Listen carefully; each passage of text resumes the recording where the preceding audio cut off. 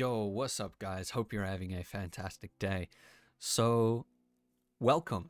Welcome to a new tutorial series on level design and the fundamentals of it. So, this tutorial series is going to be about preparing your map, making it as good as possible, the flow of the map as good as possible, so that your map is replayable. And that's a very important thing. Making your map and essentially your game mode as replayable as it can be. Okay?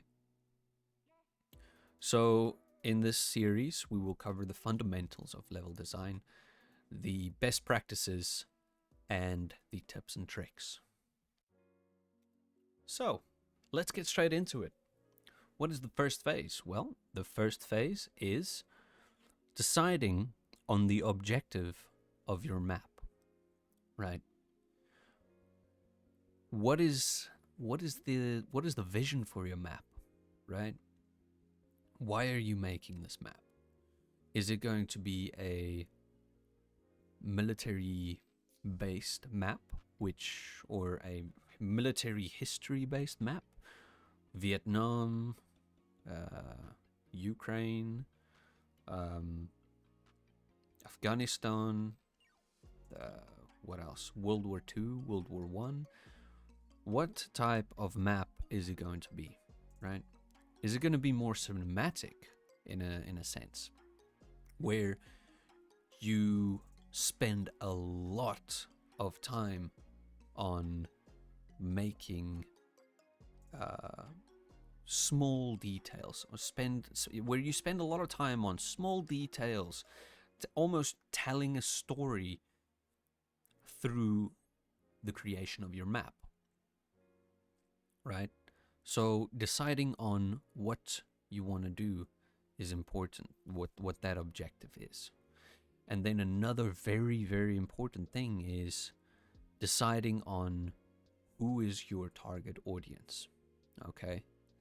Who are the people that are going to be playing your map? Is it going to be hardcore Muslim guys that like a challenge? Or is it going to be a casual player that has about 2 hours or 1 hour and would like to get into a few firefights and then turn off the Xbox and do exactly the same tomorrow? Who's your target audience? And before you make your map, that's important to decide who it is. Then,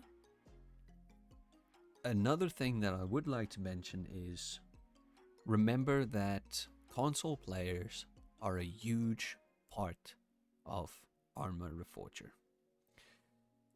PC players are big, but console players are even larger. So, what I would recommend is when choosing a map, when deciding the size of your map and so on and so forth, keep it small.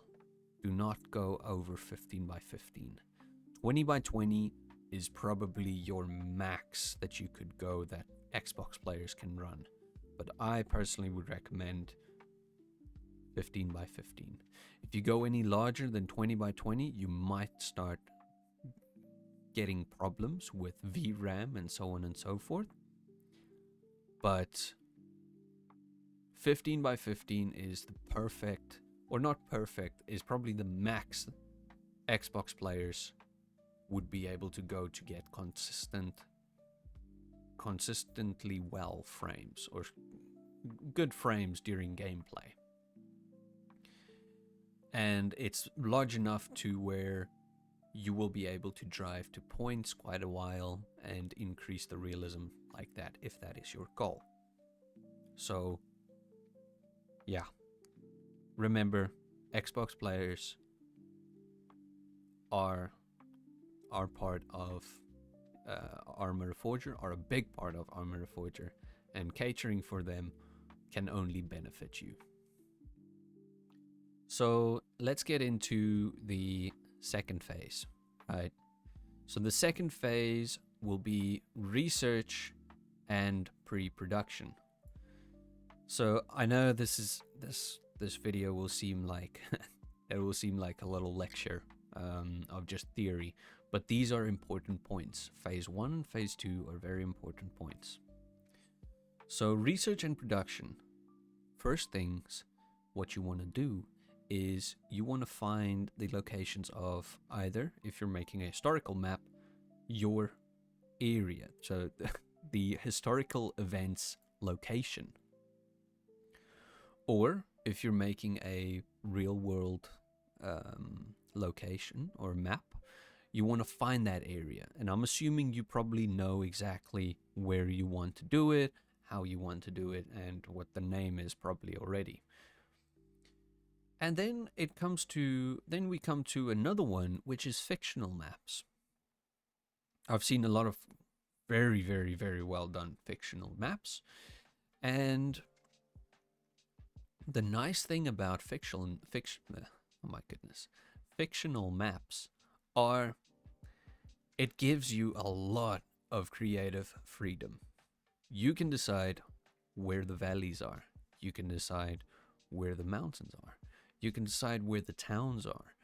What logistic system you want to implement into your map.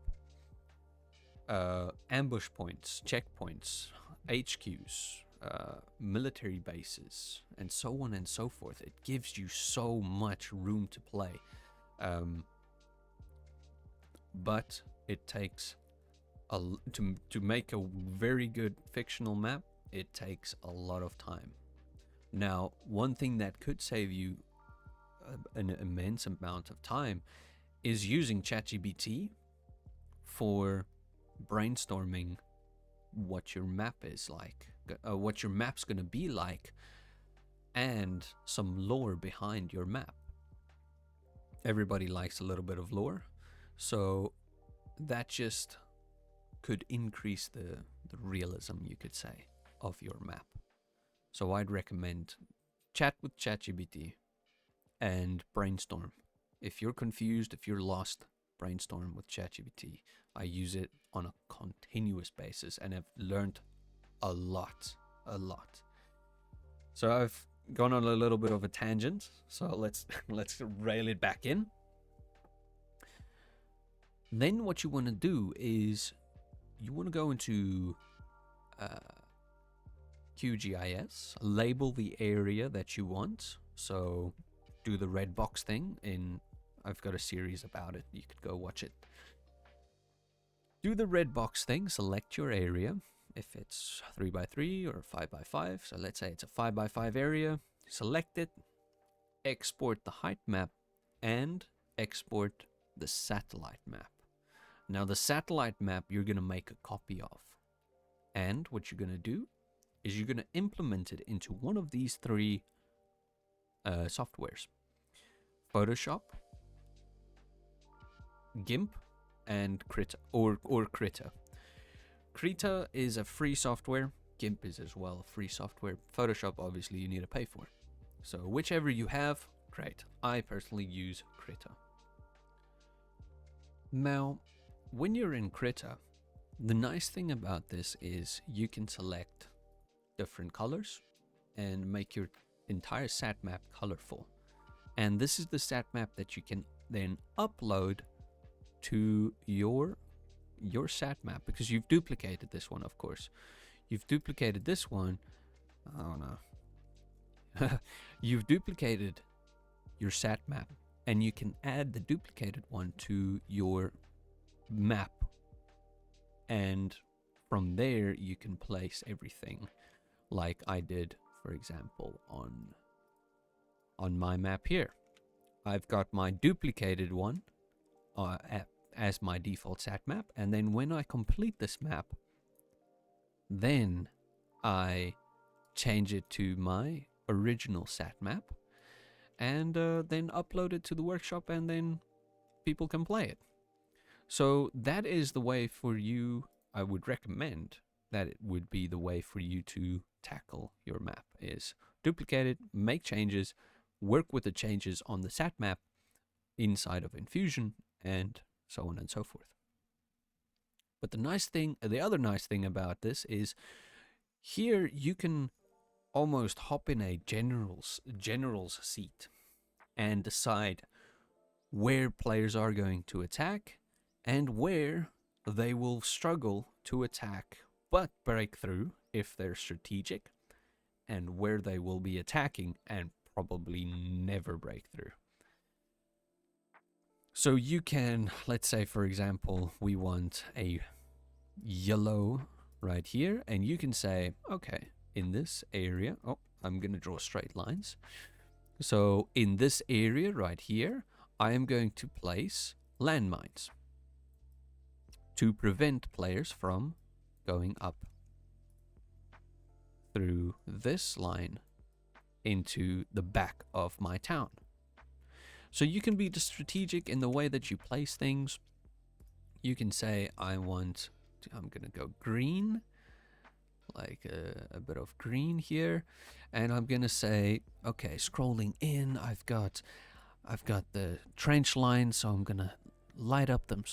So the trench lines here, I'm going to light the trench lines here, but we don't have trench lines, and I want to make this area quite a strategic point, because if you capture this, it's very easy to hop into this side of the town. So we need to defend this area very well. So I'm going to place more defensive areas or defensive lines here. Okay, here we've got some cross section, so probably a nice spot for either a checkpoint or an ambush. Okay, and then you've got this town right here. Now you can select a different color, let's say pink.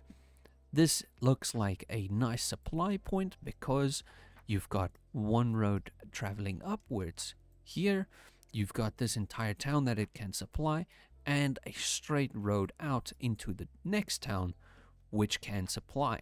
Okay, now we've got a supply route.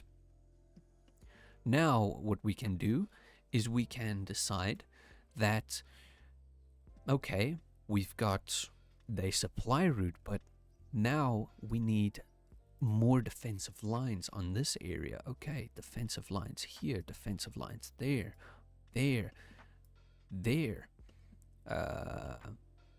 and so on and so forth. Now I've already done this on my map, as you can see here. I've said defensive lines here and here. Now attacking a full frontal attack on here will be on this bottom town will be very difficult. Possible, but very difficult.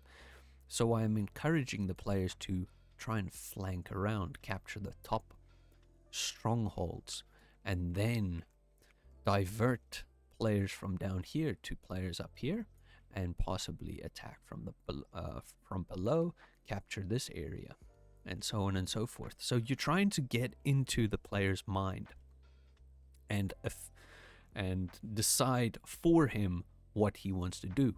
It's it's kind of manipulative, but it's nice when you have a fully flowing map and see the players do exactly what you wanted them to do, in a sense, if you know what I mean.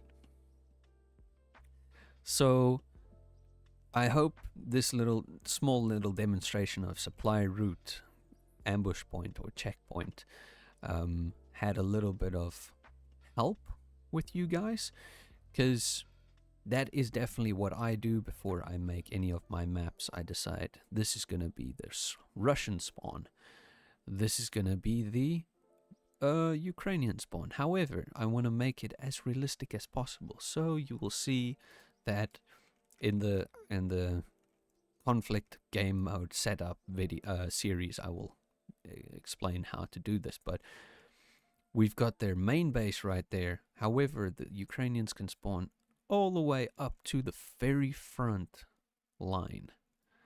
So it's almost an invasion game mode that's being played by the Russians. So the Russians can capture these points right here, but they need to push in they need to decide in which point they need to push into. So you're trying to decide where the players are trying to go. So yeah, that is phase number 2. strategizing. So honestly, guys, I hope you enjoyed uh, having a look at the video, and I hope the information made sense. To be honest, it took me a very very long time to just record this first video. So hope you enjoyed.